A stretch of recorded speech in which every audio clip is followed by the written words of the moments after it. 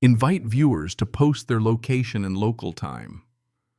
The story drifts in without pause, like a line tugged softly into the water. Jack Heron is that man today, sitting on a creaky dock with his grandfather's weather-scarred fishing rod, the Florida sun already licking his shoulders. It's a Saturday that smells of cut grass and sunscreen, the kind of day designed for nothing more than watching the lake's surface ripple. Then heels click against the planks like a judge entering court. Karen Whitaker, HOA president, queen of clipboards, storms up with the expression of someone who hasn't smiled since the Eisenhower administration. Mr. Heron, she snaps sunglasses reflecting the water as if she owns both. This is HOA property. You're in violation of Section 4, unauthorized fishing. Fine is $500 payable now. She waves the ticket like she's tossing confetti at a parade only she attends. Jack blinks, holding up his freshly renewed state fishing permit, confusion rolling in. But Karen, this is legal. I've got the right to fish here. She smirks. Rules are rules, she says, spinning off in her golf cart like a monarch in exile. The sting isn't just the money. It's the way she talked to him like a schoolboy caught chewing gum in class. Over dinner that night, Sarah frowns at his story fork frozen in midair. Jack, she's known for this. Power goes to her head.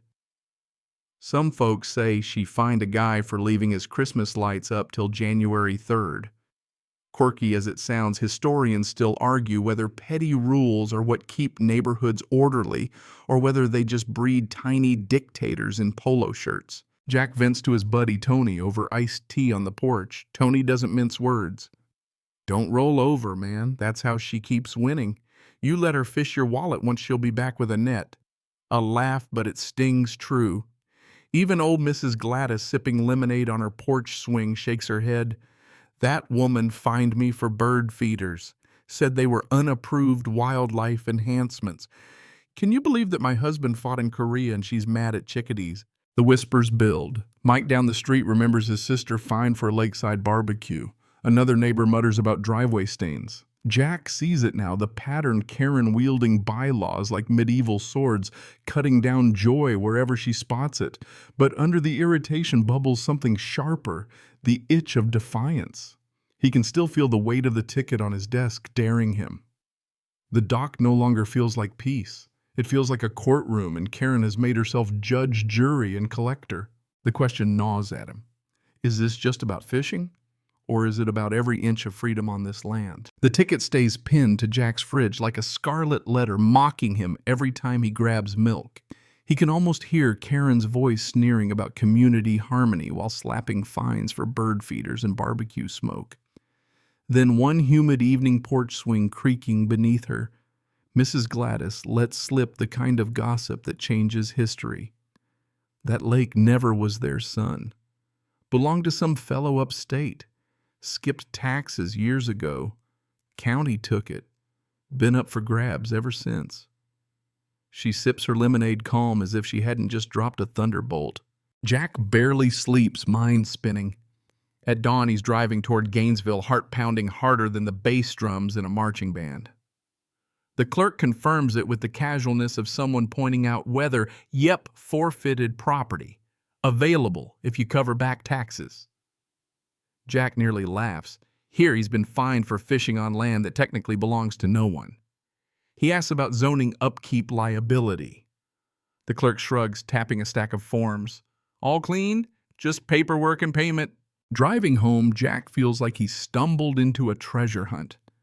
Historians still argue whether Florida was built more on oranges or on shady land deals, but here's a case study in real time. The idea blooms wild by the lake turned Karen's crown jewel into his personal slice of freedom. Not just to stick it to her, though the thought is sweet, but to restore some balance, to remind folks that the lake was meant for life, not fines. Sarah listens over coffee, eyes widening. Jack, this could backfire. She's got allies. Some neighbors might side with her. Do you really want to be the guy who starts a civil war over a fishing hole? Jack grins. Maybe. Or maybe I'll be the guy who ends one. When he calls Tony, the response is classic. You're nuts, but genius nuts.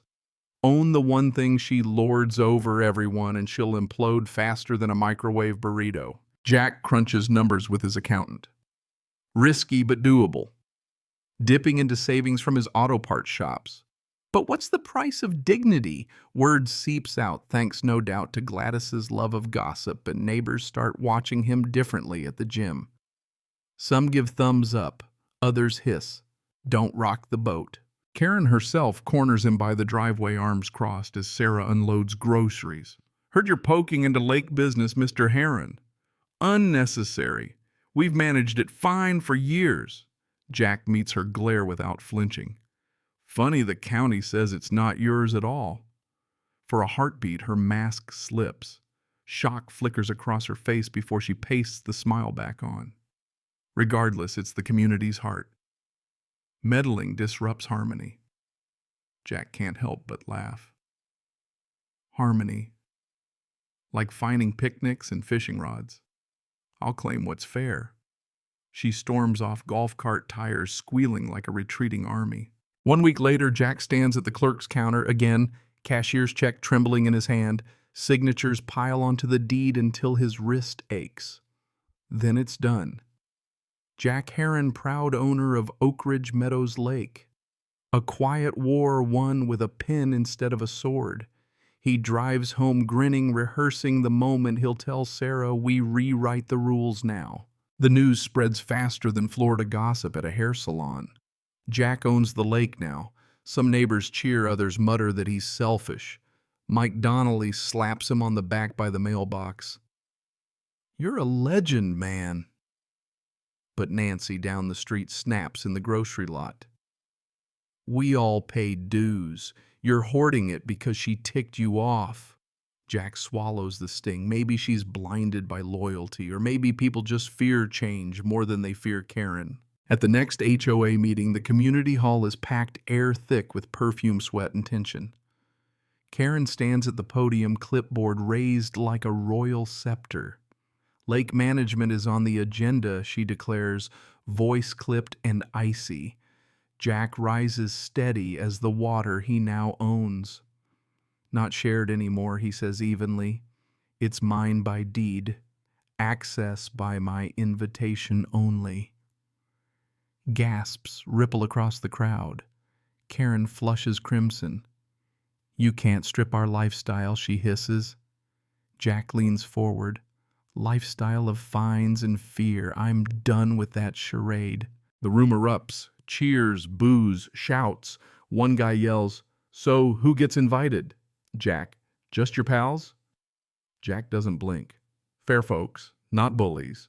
Karen tries to rally her allies, but the clipboard is shaking in her grip. It's like watching a magician's wand lose its spell. Within days, Facebook groups explode with memes and mudslinging. Local blogs headline it, "Resident buys lake boots, HOA boss." Suddenly, Jack's the reluctant rebel symbol whether he likes it or not. Historians still argue whether revolutions begin with weapons or with paperwork, but here's a case study. Sometimes it's a fishing pole.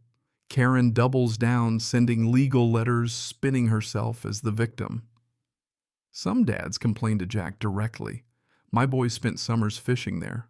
Now they're banned because of your feud." Jack answers steady, "Not banned, just fair now. Talk to me." The storm builds to a final showdown. Karen calls an emergency forum room jammed tighter than sardines. Unity is needed. She pleads to reclaim our lake from personal grudges. Jack rises slowly, voice calm but slicing. "This isn't about grudges. It's about ending abuse. No more $500 hooks for harmless fun." The air shifts. Heads nod even among doubters. Karen makes one last desperate pitch compromise. HOA helps maintain the lake in exchange for access. Jack shakes his head. "No. Your control ends here." Cheers drown her protests. Karen deflates clipboard, hanging limp, her throne toppled. Jack feels it then, not just victory, but reclamation. He's taken back dignity for himself and maybe for every neighbor who's lived under the shadow of a petty tyrant. Yet the scars remain.